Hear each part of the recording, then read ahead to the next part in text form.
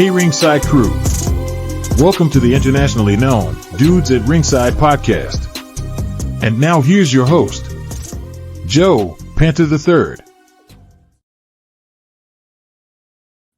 Hail there, wrestling fans! Welcome to another episode of the internationally known Dudes at Ringside podcast.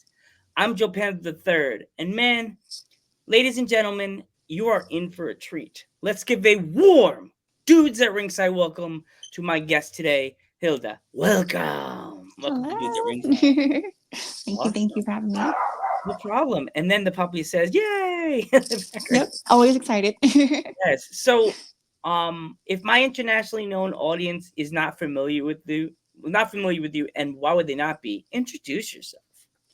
Well, my name is Hilda La Muñeca. I am currently based out of Texas, so that's primarily where you'll see me. I have done Arizona once, so I'm trying to get more out of Texas. But yeah, I'm all around Texas. Awesome, Texas girl. That's awesome.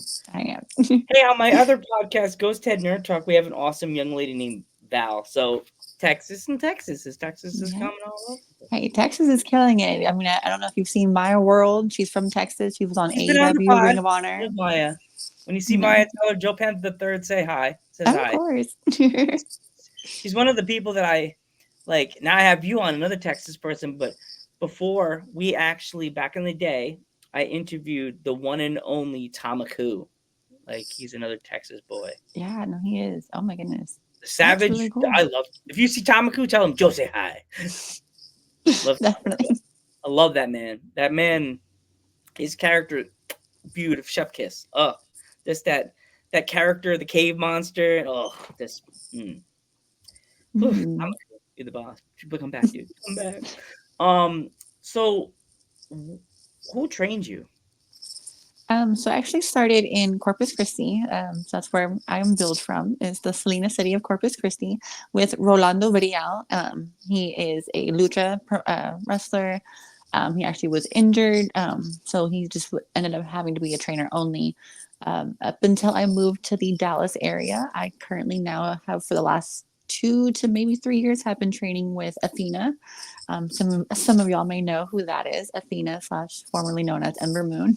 Yes. And her husband Matthew Palmer as well. Awesome. So what kind of advice did she give you to bring out this character out of you? Like, what kind of advice did she give you? Well, I've always been very expressionate, so she's kind of more like helped me with like the wrestling side of it. The technical side of it is what she's really helped me hone my skills. I'm kind of like wild when I throw things, so she's really just helped me like understand how to be just a better wrestler on the technical side. Awesome. So when you stepped foot in that facility for the very first time, what were you thinking? What were you like? What was going through your head? Were you excited? Were you nervous? Did you kind of get the idea of what you were getting yourself into? Like, what was going through your head? I was excited. Super nervous because I was like, you never know. Like, I don't know. I try to be like a logical thinker. I say sometimes, so I'm like, you know, you can try something out, but it might not just work for you. So like, I don't know, kind of nervous that I wouldn't be good at it, or I wouldn't be able to put on a good. See, the puppies are like, "Mommy, be positive." Yeah. So that was like my biggest fear at first, up until I got some really good trainers and I kick butt. So was this your original vision of your character, or did you have like another? What was the original like idea of her before this whole character came form? So the original idea actually was known under a different name, under Haley Mendez, was my original character. So it was kind of a progression that I kind of wanted. My original idea was based off of Ashley Massaro, Avril Lavigne type of punk rock, girl next door type of character, who slowly transitioned. You started seeing more crazier sides of her, where she transitioned into someone more like Tira from Soul Calibur. But I was offered later on, after I took a hiatus and got back into training, because I feel like I wasn't quite there yet. I got offered this opportunity to bring to life this doll that was associated with Tommy Prince. So I was accompanying him for a while and I got to bring her to life ever since then, and I made her mine. Awesome. Hmm. So, what is your normal like life like as a wrestler? Like, do you have to really schedule your training and your like wrestling life and the training and stuff like that, so you know what to how you keep it 100 with your character and your wrestling life in real life? Yeah, I try to keep a set schedule. It really helps me just stay organized and make sure I'm on top of everything. So writing it down or putting it in my calendar really helps, just in like setting alarms for myself. So yeah, I'm pretty set on a schedule, especially when you're like having to travel. Like I was out of town overnight in a hotel and everything like that. So you just have to be like on top of those things, make sure you have your hotel and everything's good. So That's the crazy part of it. Like, you guys have to like set everything in stone with everything you're doing in the wrestling world. So when mhm. you travel, do you have to like pack accordingly your outfits that you're gonna wear to the ring? Do you have like, you know what the outfit is gonna be before you get there, or do you have like an idea like what you're gonna wear to the ring? For my ring set, I usually bring like two, maybe a three sets. But yeah, usually just two. I just pick on the day of. Kind of, I kind of base it off of what my makeup is because I never know what I'm doing with my makeup. So whatever colors happens on my face is what's going to happen on my body as well. Okay. Have you ever had to go to like a store and pick out a different pair of leggings or tights just in case if something got ripped or torn or like anything like that? Yes, definitely. I mean, with fishnets, that's really like not a huge deal because I mean, with my character, the torn look looks okay.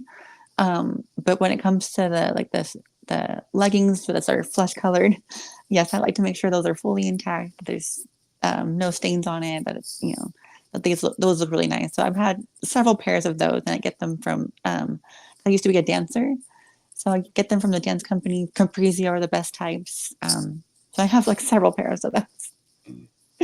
at all times. It's it's one thing to be a wrestler. It's just like you guys go through so much for our entertainment. It's so crazy. I so mean, yeah. so you were just in a match with a former guest of the podcast. Like, what what was what was it like to wrestle the that that The lady she that oh beast, uh, the she beast, Morgan Mercy, she Valkyrie may, of Violence. she may pop up on the screen. She's not planning to be here, but I'm scared. Like, I know. I love her, but I'm always scared of her. I mean, but I will say, I really wanted to take her championship away. That was what the whole match was for, was her blue bonnet title. Um, I mean, she's got the power though. That's what's her advantage is she has that power advantage. We went for that lockup. I couldn't even do anything. She swung me like 5 times. I saw the kiss. I thought you sucked the energy out, but you didn't do it. Oh, I tried. I tried. She wouldn't let me kiss her again. That's why. She's just jealous. It's See, fine.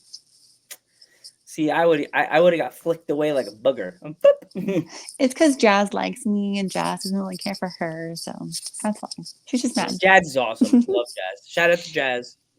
Oh, Best. I love Jazz. Oh my goodness, Jazz is like the best, the sweetest, the oh my goodness, heart of gold. That woman, she is amazing. Love her so So you much. would say, what if you had to watch give you like a top 5 favorite jazz matches of all time? What would they be?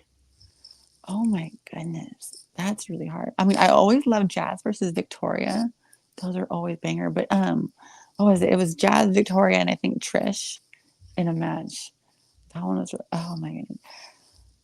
Um, there's so many that she's done. I mean, I just she has the best X factor. I would always say, like the jazz stinger. Oh my goodness, I there's too many of that woman. I always wanted to see her versus Beth though. That was always like a dream match of mine. It's so weird to think this, that she started out in ECW as just she came in as a women's wrestler and everybody thought she was trying to be like the new Taz because of Jazz Taz, Oh, things with the J instead of the T.